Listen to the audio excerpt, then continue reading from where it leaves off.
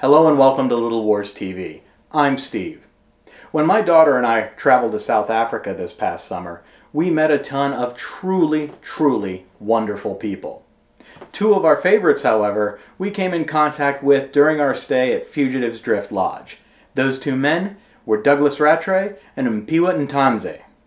The lodge, located just a short drive from the battlefields of Rorke's Drift and Isandlwana on a 5,000-acre game reserve, was established by Doug's parents, David and Nikki Rattray, in 1989, and is a simply stunning property that's the perfect place to stay for anyone interested in the Anglo-Zulu War. David was an acknowledged expert on the war and amassed a huge collection of books and research on the subject, all of which has been passed down to Doug, who is now the head guide and reserve manager at the lodge and an expert on the war in his own right. Both Doug, who led my tour of Rorke's Drift, and Mphiwa, who led my tour of the Isandlwana battlefield, agreed to sit down and talk to me a little bit about a variety of subjects, and I hope that you'll enjoy my interviews with both of them. Before we get to Doug's interview, which is up first, however, I do have to admit that we showed that we're amateurs here at Little Wars TV a little bit when we film these interviews, and both are slightly out of focus.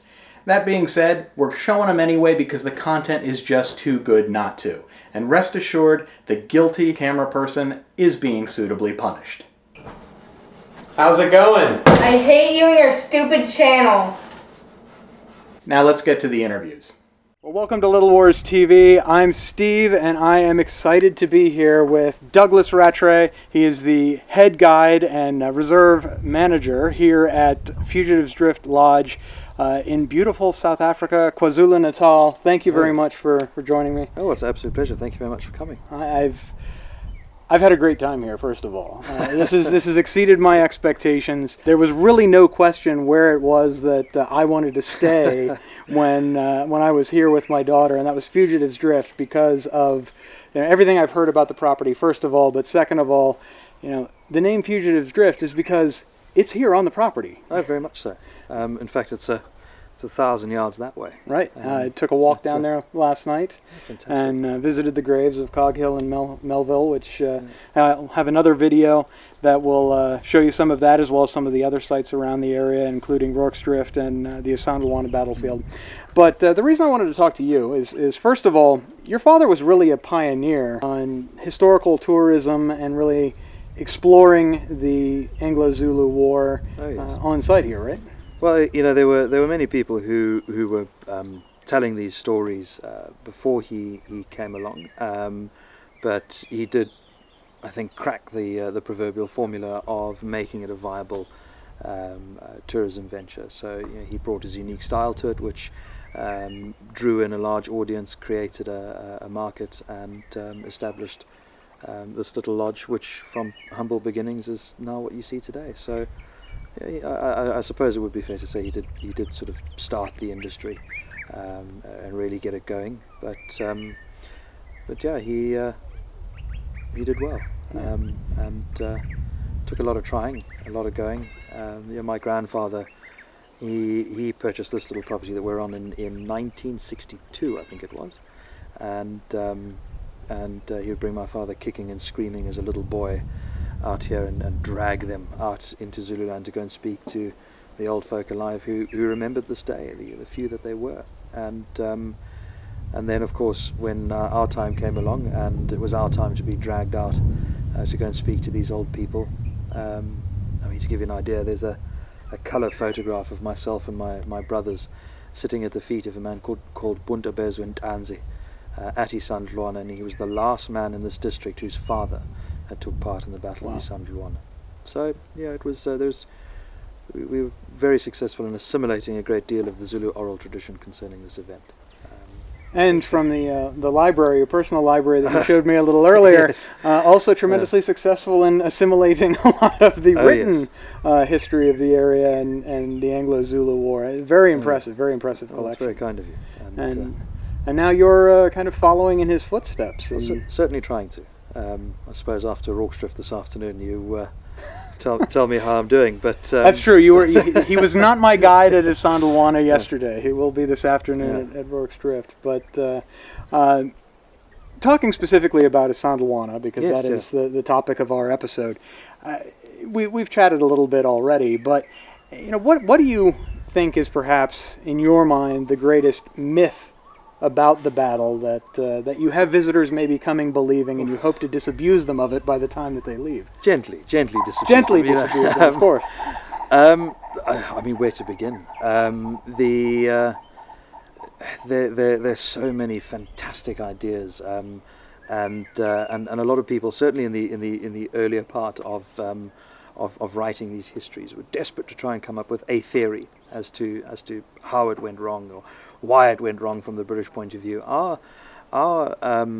approach to it is a bit different. We like to talk about why it went right for the Zulus. Our premise has always been, and will continue to be, that this Battle of Isandlwana should be viewed as a great Zulu victory rather than a British defeat.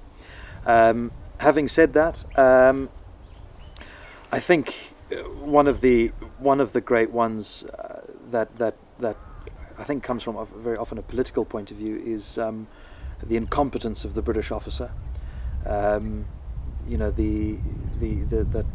he was a toff, sitting over there eating roast beef and Yorkshire pudding while his little soldier was sitting over there gnawing away at his hardtack and his bully beef. That relationship, being a South African and trying to read all of this as dispassionately as I can, I don't find that to be the case. There was a relationship that existed between these men, the officers and the soldiers. For example, why are the letters written home, written by illiterate private soldiers, why are they written in the most beautiful English? Right.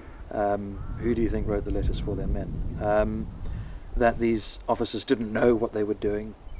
Of course they knew what they were doing. They just fought against the Amakhosa, the Ninth Frontier War, to great effect under the very same Lord Chelmsford. There's no doubt that they underestimated the Zulus. I think that is one of the great lessons of Isandlwana. They underestimated their enemy. But then the myths that the Zulus engineered the splitting of the British column. There is no evidence to suggest that, or if there is, I have certainly not come across it. Chelmsford engineered that all by himself. Yeah, he did that all by himself. And again, reacting to information that came available as it came available. It just happened that the information was wrong. Therefore, he was wrong. Therefore, they were all wrong. That the rifles were problematic, that they jammed. There's evidence to suggest that they did jam. I mean, all rifles jam. But are we going to sit here and suggest that veteran soldiers didn't know how to service their weapons? Wasn't a problem at Rorke's Drift, incidentally. The ammunition boxes were too difficult to open.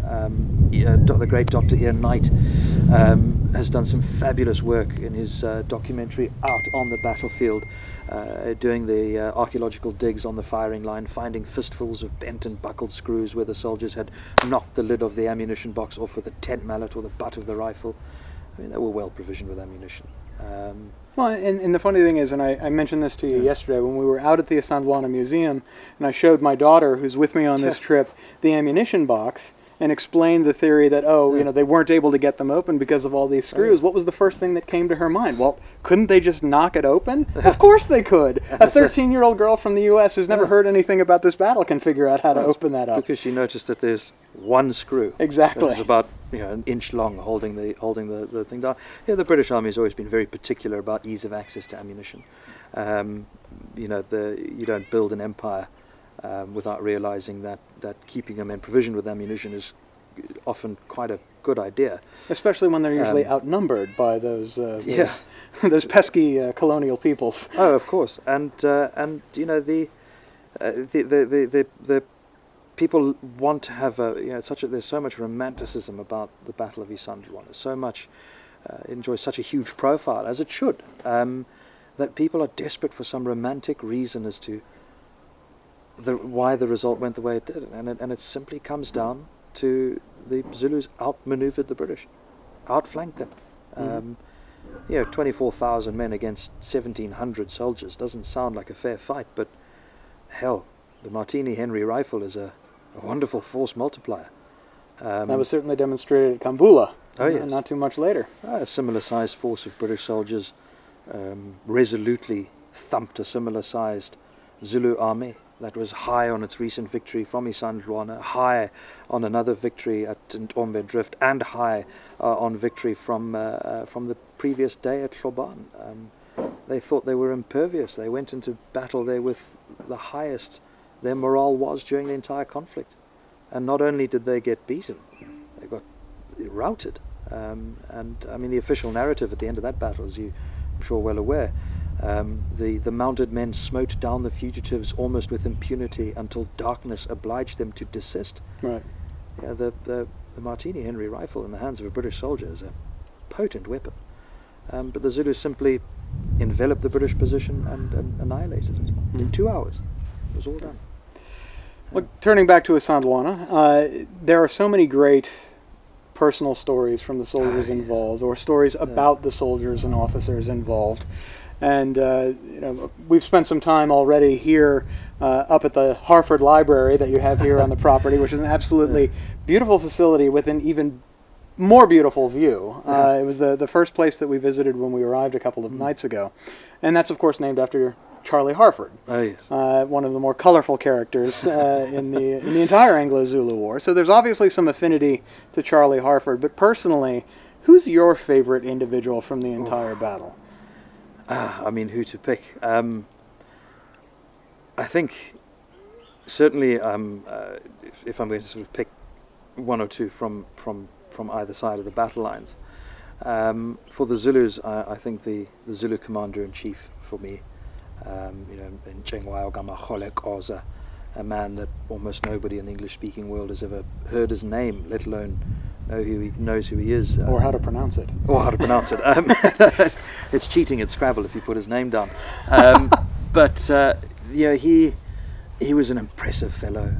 He was a youngster at the inception of the Zulu Empire. He was in his late 70s, or early 70s. Big-boned, impressive man. The Zulu Commander-in-Chief, and he knew that they had them. The accounts on the Zulu side were, before he gave the order for the general advance of his forces at Isandlwana, standing on the cliff top that Mphiwa would have pointed out to you, still called the Nduna's Rock. We mere mortals may not set foot upon those rocks. But sitting up there, when he saw that the horns of his formation were in position, the staff officers behind him said that he was smiling because he knew what was about to happen. And his famous command, we've got them, to arms, let's go. And this man, he knew that it was going to be a painful exercise. Isandlwana is a veritable natural fortress, and the Zulus paid a heavy price there. And this old man, he would eventually die fighting for his king in the Zulu civil war that followed at the Battle of Undini, where they were massacred by Uspepo Kamapita, King Cetshwayo's great rival, loyal to the end, brilliant military tactician. And there is this famous sketch that I've never seen myself, of this old man lying with his war club in his right hand and lying on his shield, his body scored with assegai stabs, but even in death he still had that magnanimous dignity. And then carrying on the Zulu side, aside from Mphiwa, is Umkosana Gamvundlana, that old man who rallied his regiment at the crucial moment where they were nearly driven back. A lot of people don't realize that. Isandlwana could very easily have gone the British way had it not been for this old man. Rallying his troops as they were about to break under the British guns, and effectively dying in doing so. A bit like, one doesn't want to draw too many comparisons, but a bit like Colonel H. Jones in the Falklands War, who was awarded the posthumous Victoria Cross for that act of gallantry. And then on the British side, I quite like Trooper Simons, who'd been a member of the Natal Carbineers, a very caustic, acerbic soldier. But he was out with Chelmsford, so I suppose so it much doesn't like really you, count. as I've discovered. Caustic and acerbic. Caustic that and acerbic. absolutely describes what I've gotten to know of you. Not at all. Well, this soldier, upon invading Zululand, when they were posted up onto the ridge, one of his officers came over to him and said, Simons, wouldn't you like to see the foreground here littered with Zulu dead? To which he said, no, sir. And when he was asked why, he responded with, "For I have no quarrel with the Zulus, and I believe this war to be unjust." To which he said the officer just, almost had to pick his jaw up off the floor and turn around and walk away. But Charlie Halford is definitely a firm favourite. I mean, it takes a special kind of person to steal the Major's gin that was imported 6,000 miles to preserve your scorpions. Which you're going to try and pick up in the middle of battle. In the midst of first battle. First battle he'd ever been involved in, 19 years of age. Having expressed his fear of going into battle for the first time, collapses in the midst of battle, scurrying up a rare beetle that he'd spotted. Yeah, it's almost, I suppose one could say, such was the stuff of which this empire was made. It's part of the reason why I think so many people really love the colonial period, because it's just filled with odd little stories like that. Strange people, larger than life characters. Absolutely. But then I think, Captain Reginald Younghusband, the man who led that last fateful bayonet charge, pinned right up against the crag of the mountain, knew what was coming. Probably the last company left intact, the last bit of organised resistance on the battlefield.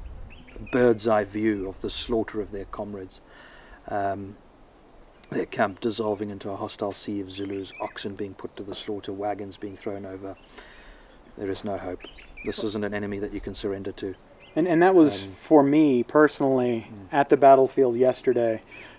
Towards the end of the tour, we were allowed to just kind of wander for a while on the battlefield, and my daughter and I did climb up to the site of Younghusband's last stand. And standing there looking out over the field and trying to imagine what it must have been like for him and his men up there, Company C, just a sea of Zulus all around them. Oh yeah. Having either in the midst of or having completed annihilating the other companies. I don't think it's possible to imagine what that must have been like. Yeah, but I think they also, without wanting to try and delve into it too much, but I think there must have been a sense of calm.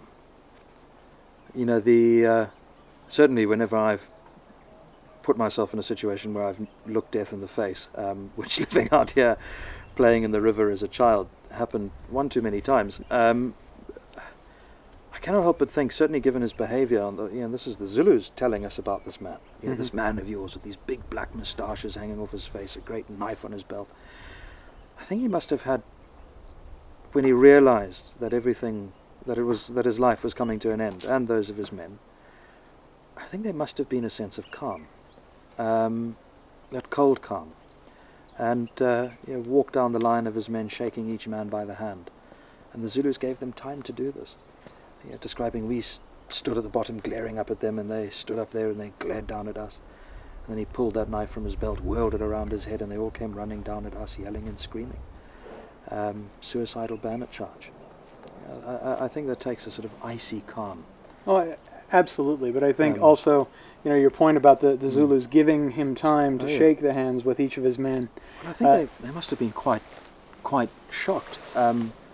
They'd never seen anything like that before. They'd never fought an enemy like this before either. The Zulus, every Zulu ever interviewed after this battle, went to great lengths to explain that this was a hell of a fight, the toughest, most determined enemy they'd ever come across. And that engendered a lot of respect. A huge amount of respect. And it's famously shown in the movie Zulu about Rorke's Drift, the salute at the end before the Zulus leave the battlefield. But that wasn't just the only instance of that kind of display of respect. The Zulus, I think, very much saw the British as a worthy adversary, and the British saw the Zulus as the noble enemy. And you can see it in the artwork. The photograph or the picture of the sketches of these Zulus, these impressive people, standing on the cliff top, overlooking their domain. The chest gets broader, the shoulders get squarer. He holds his head aloft with the mien of a Roman emperor. In very many ways, the stories of the Anglo-Zulu War is the story of the people who wooed the British nation. Zulus became the darling of the British public, and started to champion their cause, rather embarrassingly, in the House of Commons. The Prime Minister demanded to show evidence of what the crime of the Zulus was. But I think for me, my great favourite, more because of how he lived than how he died, is Durnford. The great champion of the rights of downtrodden black people in southern Africa, a man who was hundreds of years ahead of his time, who famously spat back at his commanding officer when he was chastised for jeopardizing his career over the rights of the Amahlubi people, or in his championing of the rights of the Amahlubi people. He famously retorted that his career is nothing compared to the rights of these people. Man of principle, a man of dignity, who maligned and ignored and abused by colonial society, shunned and dejected, to the point where he had to leave his townhouse in Pietermaritzburg and live at the barracks at Fort Napier. But he was a soldier. It was the Victorian period. You put aside your personal feelings and you did your duty. It's one of the terrible ironies of the battle, that the man who so championed the Zulus and who so loved them and who was so loved by them, it was a great sadness to have to kill him. But it was war. It was war. That's what they did. Now, obviously, as we sit here, we have not yet at Little Wars TV played out our recreation of the Battle of Isandlwana, though this will most likely be airing after we've done that. So you, the viewers, might know what the result was. But I'll ask you kind of the question that we hope to explore, which is, and you touched on it a little bit, I think, earlier, did the British really have a chance? Those that were left back at the camp. So Chelmsford's gone with his forces, so it's just the forces that were left there under Poulain and under Durnford. Is there a way that they could have, even if not defended the camp, at least won in the sense that they were not annihilated? This is where the comment section is going to start. I might kick off a furious debate. Well, that's good. We love getting comments, and I'm sure, and hopefully some of you will decide to come to Fugitive's Drift and argue with Doug about this. Well, discuss, I think, more than argue. Well, I mean, first of all, the splitting of the column. Chelmsford has been crucified in the history books for his choosing to do so. We've walked over this battlefield now with well over 100 British and American generals. My father took 3 field marshals out while such men still lived in the early 1990s, and every single one of them has set foot on that battlefield, looked around and go, how in God's name did we lose this? Then you take them to Rorke's Drift and they look around and they say, how the hell did we win it? Yeah. Generally speaking, for the vast majority of these military types, almost all of them have had the humility to admit that, given the information at hand, given the intelligence, given the attitudes at the time, that they would have probably done the same thing as Chelmsford did in terms of splitting the force. Remember, they believed they knew where the Zulus were. Right. They were wrong. In terms of the camp, the choosing of the campsite is probably the best campsite in this region. I'm sure you've had a look around out there. There is probably no better place to camp. That doesn't mean it's the best of a bad lot. It actually is a good place to camp. Lots of high ground. In terms of, as the camp was set up on the day, I don't think the British could have won a fight in terms of a classical victory. I think that they could have preserved or perhaps got out of it with a proportion of their men still alive, but their camp would have been destroyed, their wagon trains would have been destroyed, their livestock would have been driven away, and a lot of men would have died. People talk about the squares, form square, that great British tradition, win and dart, form square. Well, over half the force are imperial, are colonial, and most of them are the Natal native contingent, untrained, untried, untested, poorly equipped, woefully led. No one bothered to train them properly or equip them properly. So are you going to trust these men to hold half the square? That'll probably break. Well, then you can have an imperial square and a colonial square, and then leave the mounted infantry to do their thing. They can run around the plain. That's perfect for the cavalry, but the colonial square will break, and then the chances are they'll rush the safety of the imperial square. Then that'll be under quite a lot of pressure, right. If not break. But so I think that the forming square, certainly if you had just an imperial square with all the ammunition in the middle, hell, the British infantry could hold out for time immemorial. But the second thing is that, well, why didn't they use the mountain of Isandlwana itself as a stronghold? The difficulty is that getting people up onto those cliffs, you're going to have about 2 hours notice that you're about to be attacked. But then getting up onto the shoulder where Young Husband Fort is stand, are you going to fit 1,700 men and all the camp followers? It's not a large area. It's a tiny area. But then the problem is the Zulus are just going to hammer the sides where they meet the cliffs, and also just come up and over the cliff from the other side and start dropping rocks and spears down on you. It's not as great a position as I think people like to think. The real defensive position, in my mind, and I might be horribly wrong here, is the little hill to the south of the saddle, that copy, as we like to call it, that little stony often ridge. referred to as the stony copy, I think. Black's copy, and that's right above the wagon park. There's a nice little natural platform there for the artillery, if you manhandle it up there, and the men can form a continuous perimeter around it and have quite steep ground protecting them. So, look, I mean, obviously, if they'd built up defensive positions, of course they could have held out, much like at Rorke's Drift, but they didn't. And that's why, as the referee for our game, our British players will not have fortifications. They not allowed. It's going to basically be set up as being exactly what it was that morning around 8 play within o'clock. the parameters. Absolutely.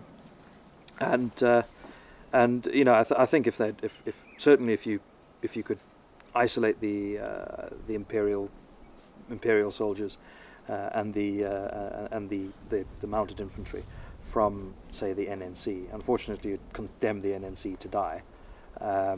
But I think if it was just the imperial soldiers holding a defensive position, maybe with the NNC in the middle acting in support, then sure. But do you have enough imperial soldiers to create a perimeter large enough to fit everyone in the middle? Right. The camp followers, the cooks, the clerks, bandsmen, wagon conductors, I have no idea how many of them there were. Each of those wagons, in theory, needed 3 men to run it. It's called an achterrijder, a voorloper, and a driver. Achterrijder, chap at the back, voorloper, chap guiding the oxen along, and then the driver on the top of the big whip. Mm-hmm. Ideally, you'd also have a couple of drovers on either side, bringing the other spans of oxen alongside. How many men were in that camp? Quite a few. I have no idea. So what are you going to do with all of them? It's a very tricky situation. It's a very tricky thing. I mean, if you're just dealing with the military forces, then yes, sure. I mean, there are many things that you could do to change the outcome of the battle. But I think on the day in question, attitudes of the time, complacency, the arrogance on the British side, maybe arrogance is a bit too far, but not understanding or appreciating the threat that they were under, the real threat that the Zulu fighting man posed to the British. I think they had an over-reliance on the power of the Martini Henry rifle, which, given that rifle, is a very easy thing to have. I think they attributed the Zulus with being little more than brave savages. Right. They knew that the Zulus were a more serious adversary than they had faced in this part of the world. They knew that they would attack on the horns of the buffalo, but they thought they would drive them off with the Martini Henrys, like they had done with the Amaxhosa down in the south. The Zulus just kept on coming. I don't know of a people or a nation whose army could advance in the face of such fire and keep coming. Didn't stop. Keep coming, right to within a few hundred yards of the line, and then not break. I mean, it's extraordinary. And I think probably a large part of the reason why Zulus and Zulu culture and Zulu history have really captured the imagination of not just people like me, who have been interested in it for 3 decades now, but people all over the place, and why it is that folks want to come here and visit from not just Britain, not just because they have family ties, not just from South Africa, but all over the world. Oh yeah, well, it's like Z stands for Zulu in every cockpit of every aircraft around the world. Absolutely. The British tank regiment still have Z Zulu formation. When a victorious pilot comes back from a sortie, the phrase that you say is "Bravo Zulu." The 17th Lancers tank regiment still have the insignia on the front of their tanks of a crossed shield, spear, and club, Zulu shield and club. The Royal Engineers, one of their squadrons, still has the Zulu shield as their emblem. It's very much alive. The Royal Welsh, the descendant regiment of the 24th, still carry Lieutenant Cogwell's sword on parade to this day with their colours. They may not be separated. The Queen's colour will go wherever the sword goes, and vice versa. So it's still very much part of their history. These extraordinary people, these warlike, dignified, honest people, and that image still persists to this day, and it should persist, I think. They really were an extraordinary people, and still are. They still are, absolutely. Well, Douglas, thank you very much for taking the time to talk with us here. Absolute pleasure. And again, I cannot recommend Fugitives Drift Lodge enough. If you are going to come here, if you want to explore the battlefields at Rorke's Drift or Isandlwana or really any of the surrounding area here, you cannot find a better place as far as I'm concerned than to stay or to enjoy the incredibly knowledgeable guides, some of which, one of which we've been talking with here, and I look forward to spending the afternoon with you at Rorke's Drift. Fantastic. So thank you again. Should be a lovely evening. Another big thank you to Doug for sitting down and talking with me. I know I found the conversation fascinating, and I hope you did too. Next up is Mphiwa Ntanzi, who grew up close to Fugitives Drift and has actually been a guide there for over a decade. As he grew up, he learned about the Battle of Isandlwana by hearing stories about both his grandfather and great-grandfather, both of whom fought in the battle. In addition to being an expert guide, he's also an expert at local plant life and herbology. I hope that you really enjoy this interview because I know that I did. Hello again, welcome to Little Wars TV. I'm Steve, and it is a privilege to have with me here today the gentleman who took me out to the Isandlwana battlefield yesterday, a truly special day for me, Mr. Mphiwa Ntanzi. Did I say that right? Yes. I got that right. Fantastic. Sure. And it truly was. I think, as I mentioned to you yesterday, I've been interested in the Anglo-Zulu War and the Battle of Isandlwana for over 3 decades, 30 years. So it was a real privilege to go out there. And honestly, I was really excited that you ended up being my guide because you are Zulu. Yes, I'm a Zulu, and I'm from this area. Absolutely. So it's good to me to tell the stories to the people who come and visit us here. So I'm happy to tell these stories. Yes, and you do a fantastic job, by the way. It was fascinating, and I love the accent. I know I'm the one that has the accent to you, but I love the accent. I'm sure many of our viewers will as well. And it really was special because you do try and work in the Zulu perspective. So for folks like me who have read a bunch of books about the battle, about the war, written by professors, British, white folk, it's different. You have a different perspective, and talk about that a little bit. Yes, so I've got a different perspective about the Battle of Isandlwana, because most of the Zulu people, they pass down these stories by word of mouth. Mm-hmm. As you know, that the Zulus, they've got an oral history all these years. So the Battle of Isandlwana, yes, is quite an interesting story, and it gives us an idea of how people, they have to move forward. Because we knew that those people who fought the Battle of Isandlwana, especially on those days, on those years, they've got no right to say no or ask question why. If they were sent out to go and do that, they have to go and do it. So that's a thing. I'm so glad that I'm telling these stories according to the Zulu perspective. Mm-hmm. The Zulus, they see that the Battle of Isandlwana as something that needs to be told to our youngsters, our young people, because they were not supposed to do one and the same mistake that people they did before. Mm-hmm. So we have a good lesson from this Battle of Isandlwana. And so is that still a story that is told amongst the people here? Is that something that the youth still are made aware of and are familiar with? Yes, it's a story that we still told by our parents in different homes, as we know that we have a different clans. And it's the story that I don't want it to die. No, of course I want this story to carry on told in the schools, in the communities, because I think it's the only way that people, they have to learn from that history. Right, right. And you yourself have very personal connections to the battle as well, don't you? Yes. So that Battle of Isandlwana, it was fought on the 22nd of January 1879. My 2 ancestors was included to that battle. So it was my great-grandfather and my grandfather. So it was father and son. Right. So I know that it's unbelievable that I look young, and people, they said, how? Because it's a long time ago. Yeah, it's 140 years ago. It's not that long ago when you think about it. Exactly. So I have these 2 relatives, my great-grandfather and my grandfather. Because the Zulus, they've got that they've got that culture where they have to go and wash the spears in the blood of an enemy. So it was called washing of the spears. Without washing of the spears, there will be no wives.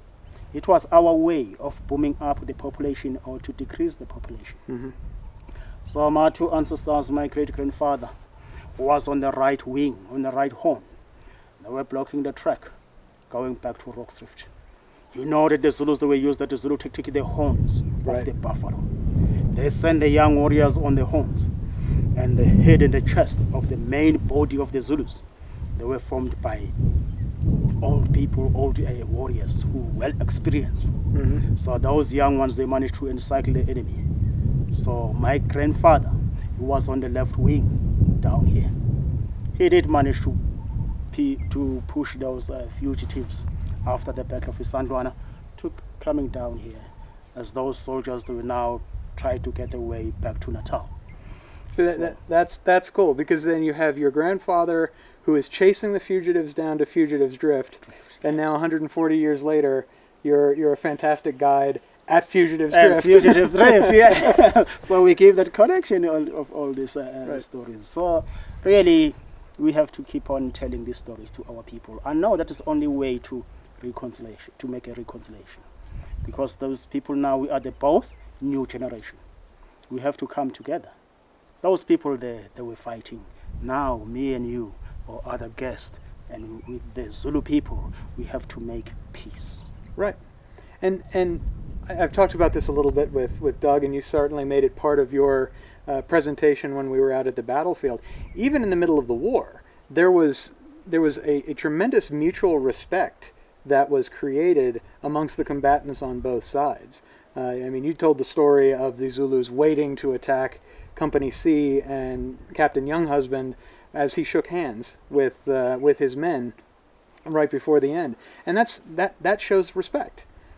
It shows a great respect, because really it was in a fight, but now if they start to shake hands, especially Captain Reginald Younghusband shook hands with the men of C Company.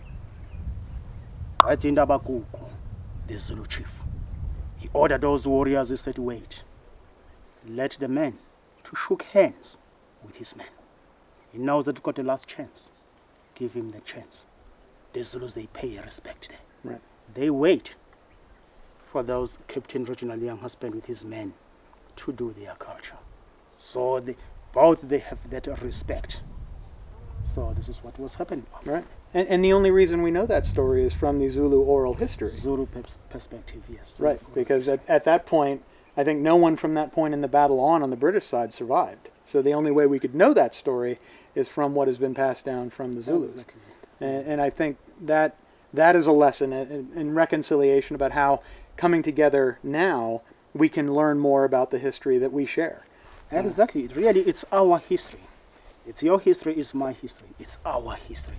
So as we're the human beings living in this world, we have to share this history. We have to tell our people, we have to tell our kids how they have to move forward. Really, we have to make a unite to move forward, to forget about what's happened, but we have to talk about it, to give the youngsters a right track to move forward. Absolutely. Now, I'll ask you this. As a guide here, and you get to tell the stories about what happened at Isandlwana almost daily, do you have a favorite part of the story, personally, that you enjoy telling the most? Really, the whole story, it's my favorite. Oh, yeah. So, but the way I tell the story, yes, I do have those points, but into the whole story, it's my favorite. I would like to tell the stories. I like to give people my perspective. I like to give people the Zulu perspective of what's happened in that hill of Isandlwana. Yes. Well, thank you very much for taking the time. Thanks a lot. Again, I very much enjoyed the tour yesterday, and it's been great talking with you today, and I hope the folks watching this have enjoyed it as well. And again, if you have a chance to come out here and tour the battlefield, absolutely visit Fugitive's Drift. Say hello to my new friend here, and Yes. Mphiwa, and hopefully have a chance to have him tell you the story of Isandlwana, because even if you think you know it, it's absolutely magical. Please do come and visit us here at Fugitive Drift. I will take you to tell these stories around this area. It's so fantastic. Absolutely. Thank you. Thanks a lot. Once again, thank you to Mphiwa for sitting down and chatting with me. Had a great time with him in that interview, and an even better time on the tour with him. Now, before I let you go, I am going to throw in yet another last plug for Fugitive's Drift Lodge. And rest assured, none of this is paid for because I actually booked and paid for my stay with them before Little Wars TV even debuted our first video. The location of and facilities at the lodge are truly fantastic. The views on the reserve are simply breathtaking, and guess what? They actually have a scale model of the Rorke's Drift battlefield in 1/72nd scale, which warms a wargamer's heart. What made our stay there so special, however, was the people. The entire staff is simply world class, and so friendly that by the end of your stay, you don't just feel like a guest, you feel like family. I can't wait to go back and can't recommend them enough. Thanks for watching, and I'll see you next time here on Little Wars TV.